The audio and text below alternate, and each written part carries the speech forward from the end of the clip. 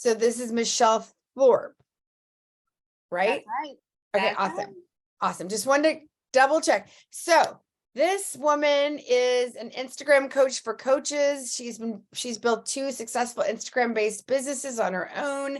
She has helped hundreds of solopreneurs and small business owners become client-getting machines by mastering Instagram with authenticity without feeling salesy.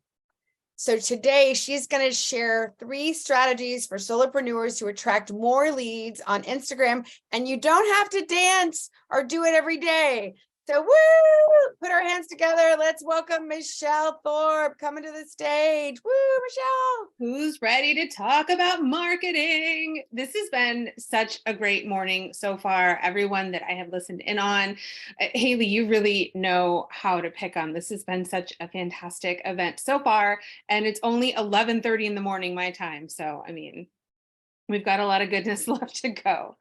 My name is Mishelle, and I teach heart-centered women solopreneurs. Sorry, guys, I help the women. I teach them how to master Instagram marketing and attract the perfect leads to fill their coaching or service providing programs authentically and feel damn good doing it without ads, without awkward dancing videos, or even having to post every single day. Now, we're going to talk a lot about Instagram today. And normally when I speak on stages, folks have a lot of questions about Instagram. So I'm going to leave some time to answer those at the end. But here's what I'm not here to do. I'm not here to convince you to use Instagram.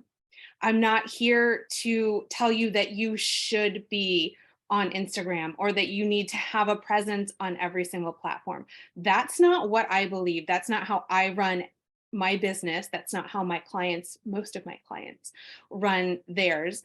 But I will tell you this, Instagram is the #1 platform for women aged 24 to 35. And it is the #2 platform for women aged 36 to 44. So I'm not saying that if you are in that demographic or you are outside of that demographic, Instagram is for you. But if your ideal client is a woman between the ages of 24 and 44, Instagram is a great place for you to find them. You don't have to love Instagram or even social media. People are just flabbergasted when I tell them, I don't like social media. I don't have a presence on it personally. I did back in the day, but I use Instagram. I use social media for my business. I don't love it on a personal level. Won't get into that another time, but I do love what it can do for our business. So who am I and why the heck am I qualified to even be talking to you about Instagram? I started my first business when I was 8 years old, way before social media, before computers were even a thing in most people's houses. Back in those days, it was like, I don't know, I can't math, it was like 88, 87-ish. We advertised our businesses, our RVs, kittens for sale, whatever it is you had, you advertised it in the nickel ads. Now, I still don't know if that was a regional thing or if everybody, around my age knows what the nickel ads is. Put nickel ads in the chat if that's something that you remember from way back in the day. But I told my dad to put in an ad in the nickel ads to advertise my horoscope business. I'm not astrologically inclined. I have no business writing horoscopes for people. I didn't have any clients in that business, but the entrepreneur bugs had bit from that tender young age. I always knew that I wasn't meant to be someone else's employee. I always knew that I wanted to run my own business.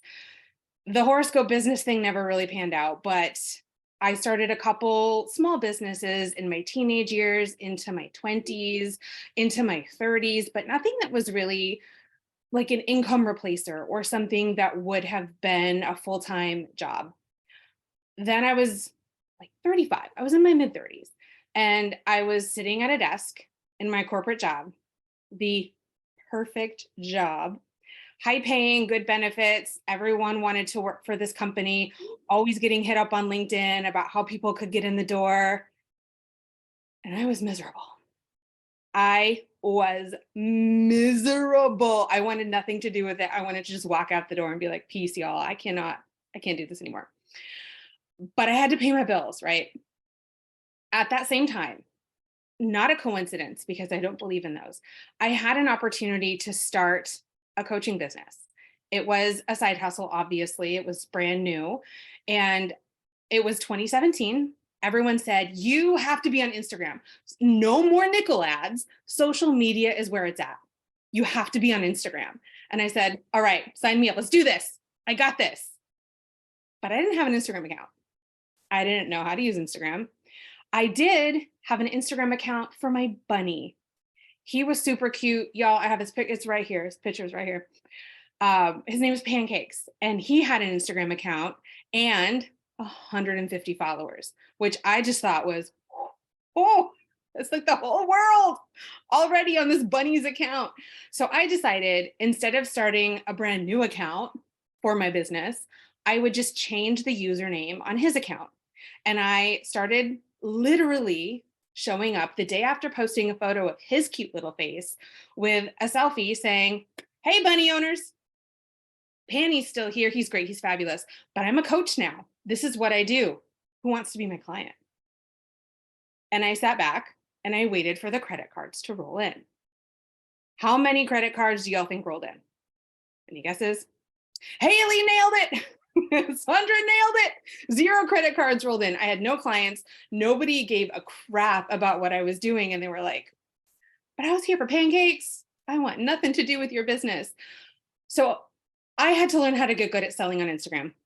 I could either learn how to do that or go back to that corporate job that was killing me on the inside. So obviously, I figured it out. I learned how to get really good at selling on Instagram. I grew that coaching business and I enjoyed it, but I wasn't entirely fulfilled with it. And as I started meeting more business besties and talking to more women, entrepreneurs, and really getting out there, I noticed that most of them were having the same problems that I had been having. They were showing up the same way. They were getting the same results, the crappy results. And I thought, I'm doing this differently than everybody else. I'm not doing it the same as the bro marketing that was really popular back in that time. I'm not being overtly salesy. I'm not showing up every day. I'm not dancing on camera was not a thing back in the day, but I wouldn't have been doing that anyway. So maybe I should help these women grow their business. And that's where I found my stride. I was able to retire from that corporate company in September 2020. Had nothing to do with the pandemic. In fact, if there hadn't been one, I would have quit earlier. And over 90% of my paying clients come from Instagram. So get your notebooks ready because I'm about to hand out Instagram tips like candy. I want to ask you guys, what do you think is the most common question I get asked about Instagram, or the thing people want help with the most? Do we have any ideas? How do I get followers? Okay. Anything else? Anyone else have any guesses? It's not actually those things, but it's about engagement. Has anyone here ever wondered about, Sandra? Yes, Sandra knew. It's engagement. How do I increase my engagement? Or my engagement's terrible. What am I doing wrong? Has anyone ever asked themselves that question? This has already been spoiled because I heard it talked about earlier this morning, but if you remember nothing else about my talk today, I want you to know this. Engagement doesn't pay your bills. Engagement doesn't add any money to your bank account. Engagement has nothing to do with your business success. It's not the way to gauge whether you're impacting people's lives, who you're helping, all of that. Let me tell you how I know this. My highest paying client, the client that has paid me more money than any of my other clients, she's followed me on Instagram for years. She's never liked or commented on any of my posts. She didn't like or comment or share and she didn't engage with my content in any way before she paid me. It was what I was sharing that made a difference for her. It had nothing to do with her tapping that like button or her leaving a comment. I was still impacting her life. I was still getting her to realize that I could be a vital person in her life. Your true goal, your true goal on Instagram is to get your great content that appeals to your target audience in front of the most people that you can, the most of your people that you can. Your goal is not actually to go viral. I know that just blows people's minds. You're not looking to go viral. You're not looking to get your content in front of people that you can't help. You're not looking to get your content in front of people who are never going to engage with your business. You're looking at getting your content in front of your particular audience. So those are the things that we are going to talk about today. You matter to your audience. They're lucky to have you, even if your engagement's in the toilet, even if you're posting content and you're getting 1 like, no likes, 0 comments, keep going.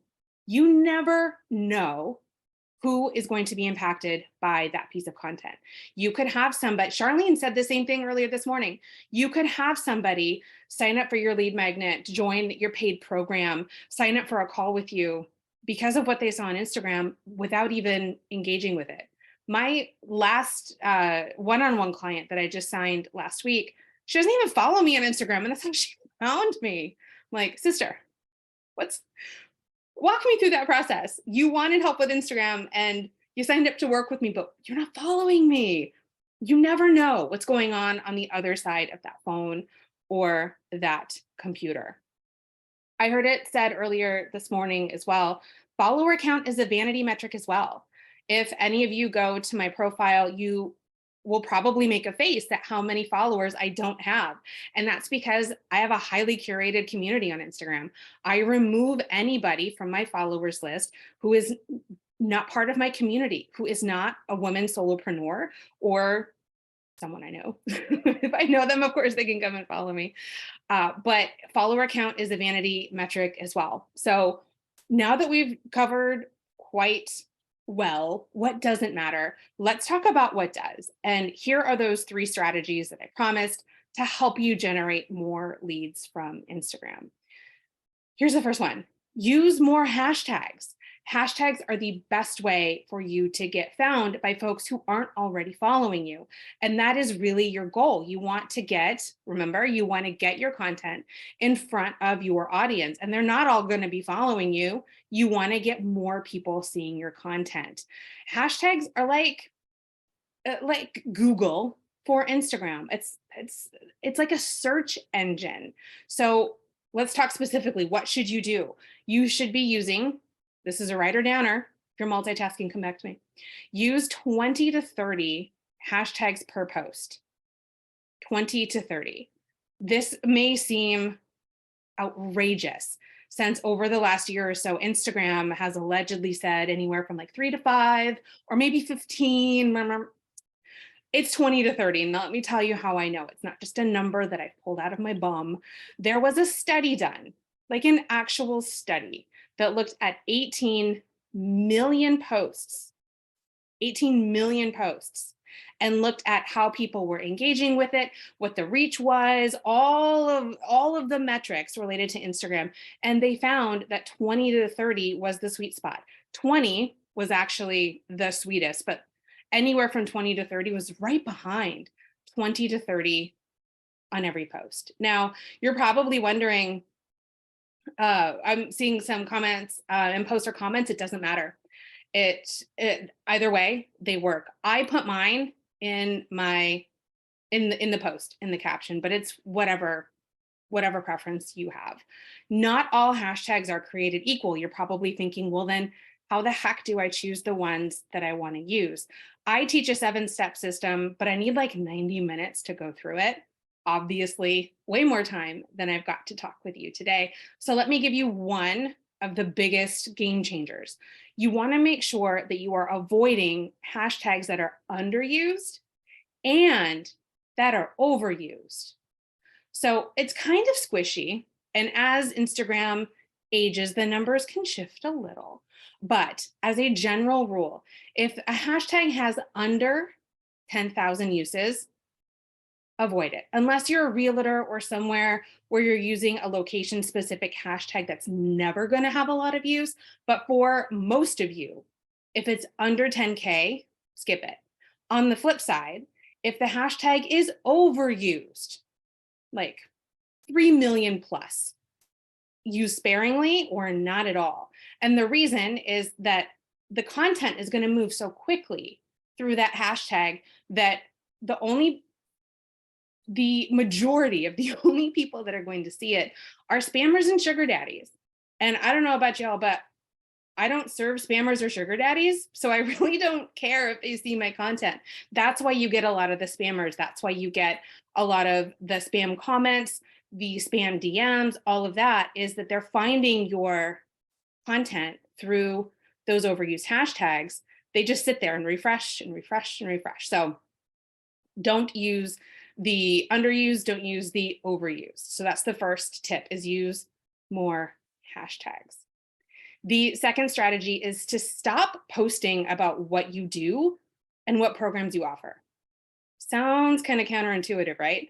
But the best way for you to not fill your programs is to talk about your programs. I teach a 90-10 rule that 90% of the content that you post, that you share, should either be information, be something free that they can use, either a reference to something free they can download, or information that they don't have to pay for, or tips they don't have to pay for, something free. 10% can be a direct call to action for a sale. Now, if I get this is a common question that I get, but what if I have a podcast? That's free, right? That's something that falls into that 90% rule. 90% of what you post on Instagram should be free content, not, hey, I have this program, this is what it does. Sign up for a call and we'll see if it's right for you. The call may be free, but you are telling them that you're going to sell them a program once a month. If you're posting 3 times a week, which is typically what I recommend. If you're posting 3 times a week, that 10% of the paid stuff you can talk about, that comes around once a month. So stop talking about what you do and what programs you offer, and instead show up to serve your audience. Become a resource for them. Become someone that they really can't live without in their lives. And watch how much more you end up selling when you stop trying to sell. The third strategy is a huge one, and it's improve your scroll factor. That's a term that I've coined to refer to when folks are finding your profile, when they are scrolling your profile to see if you are someone that they want to follow, they want to engage with, or they just want to know more about. You have 7 seconds to grab their attention with your profile. And as they're looking at your profile, they're asking one question: what's in it for me? That's what they're asking as they're scrolling your profile. So how do you answer that for them? How do you improve your scroll factor? Here's another one that people get really shocked about. Avoid posting nothing but video. Avoid posting constant reels. Reels and video are pretty much the same thing these days, but I'll say both. Avoid a reels heavy or a video heavy profile because you've only got 7 seconds to get someone's attention. If your profile is nothing but video, how are you going to answer that what's in it for me question? Instagram is a visual platform, right? But there's a way that we want to do that. We want to avoid too many reels, too many videos, but we also want to avoid too many selfies, right? We want to see the person behind the business. If we're not Target or Taylor Swift, they want to know who we are. But a profile that's full of selfies really gives off the impression that it's a personal profile. So when they're scrolling and asking what's in it for me, there's nothing in it for them because they think, oh, this is Haley's personal profile. I have a lot of friends. I'm not interested in being friends with Haley. Little do they know, and I'm just using Haley as an example. This is nothing about her profile. Little would they know, if Haley's profile was all selfies, that Haley actually has a business that may benefit them. Does that make sense? So here's what I recommend that you do instead of posting a lot of photos, instead of posting a lot of reels, and video so that you improve your scroll factor. Use more graphics so that people don't have to read your captions, so that people don't have to watch your videos. Once they see what's in it for them, they're a good match for you, they're going to want to watch your videos. They're going to want to read your captions. They're going to want to follow you, sign up for your lead magnet, all the things. But make sure that you answer, you've got 7 seconds. Answer that, use more graphics. When you are creating these graphics, make sure that you're using consistent branding, consistent colors, consistent fonts. That really defines your account as a business. This doesn't mean that you have to put your logo on everything, or that you have to go and get an expensive photo shoot and post one of those, like a cutout picture of you on every single graphic. You don't have to do that. You don't have to post yourself on everything. Just use those consistent colors, those consistent fonts. That will define your account as a business. Now, last, folks love to make reels. And I know I just told you, avoid a reels and video heavy profile, but here's a hack. If you enjoy making reels, if your audience responds to your reels, go ahead and keep making them. But when you upload them to Instagram, instead of having Instagram choose a screenshot to represent that on your profile, which inevitably, if it's a video of you, will be something like, you don't want that on your profile. You want to choose how that is represented on your profile. Instead of letting them choose that screenshot to represent that reel, create a cover, create a graphic, a visual, upload that instead, so that when folks are scrolling your profile, they see that. Maybe it's the title, maybe it's 3 key points from it. Maybe it's you telling them why they need to watch that particular video of yours. They see that, they tap it, there's the video, right? That helps improve your scroll factor, and it helps your feed look a whole lot more cohesive, a whole lot more professional, when it's not just, I see this all the time, just a list of, that's y'all. We don't want to see that. Your ideal client doesn't want to see that either. So those are your 3 strategies to help you get ahead on Instagram. Use more hashtags, 20 to 30 per post, making sure that you are avoiding any low use or high use hashtags. Try to aim for somewhere in the middle. Although I don't want y'all up in my DM saying I did that and it didn't work. Remember, that's one of 7 pieces to pick the perfect hashtags. It's one piece, it's important, but that's not it. That's not just going to solve hashtags for you, but use more, 20 to 30. Also, stop posting about what you do and what programs you offer, and you'll end up selling more about what you do and more of your program. Become a resource, help people. Remember that 90-10 rule. 90% of the content that you post should either be free information contained within that post, or refer to something free that they can grab from the link in your bio. 10% then can be direct calls to action to enroll in a program, to buy a resource, whatever it is. And then the third tip is to improve your scroll factor. Answer that question, what's in it for me? With more graphics, with less video. If you're going to use video, make sure that you are choosing how that looks on your profile by uploading a cover. Use Canva. You don't even need a pro account. Use free canva.com. Boom, you're done. Use fewer photos, more consistent colors and fonts, and that will help you get further.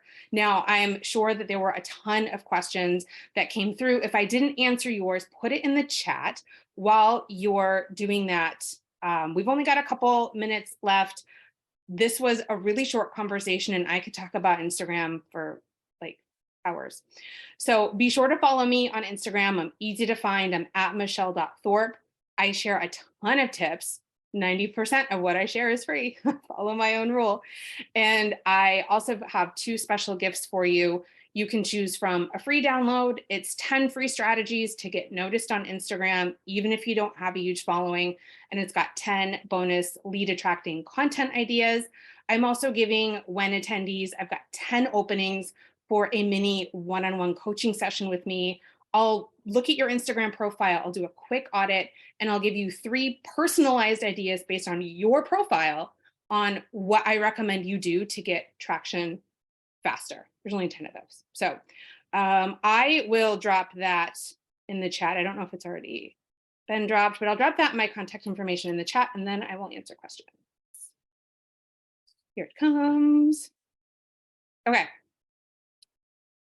Let me, oh wait, hold on.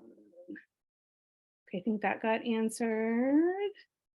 Okay, Liz asked, what hashtag search engine do you use? None of them. You use the one with an Instagram. I'm glad you brought that up. I would not recommend that you use any websites or tools or anything that tell you that they will give you the best hashtags to use. I haven't found any of them that actually do that. They usually pull the highest use and give you those, which, as you know, is where the spammers and sugar daddies hang out. Should every video have its own cover? Yes. How do you figure out how many times a hashtag has been used? It shows you exactly. If you are searching the hashtag on Instagram, you'll see a number underneath it. That's how many.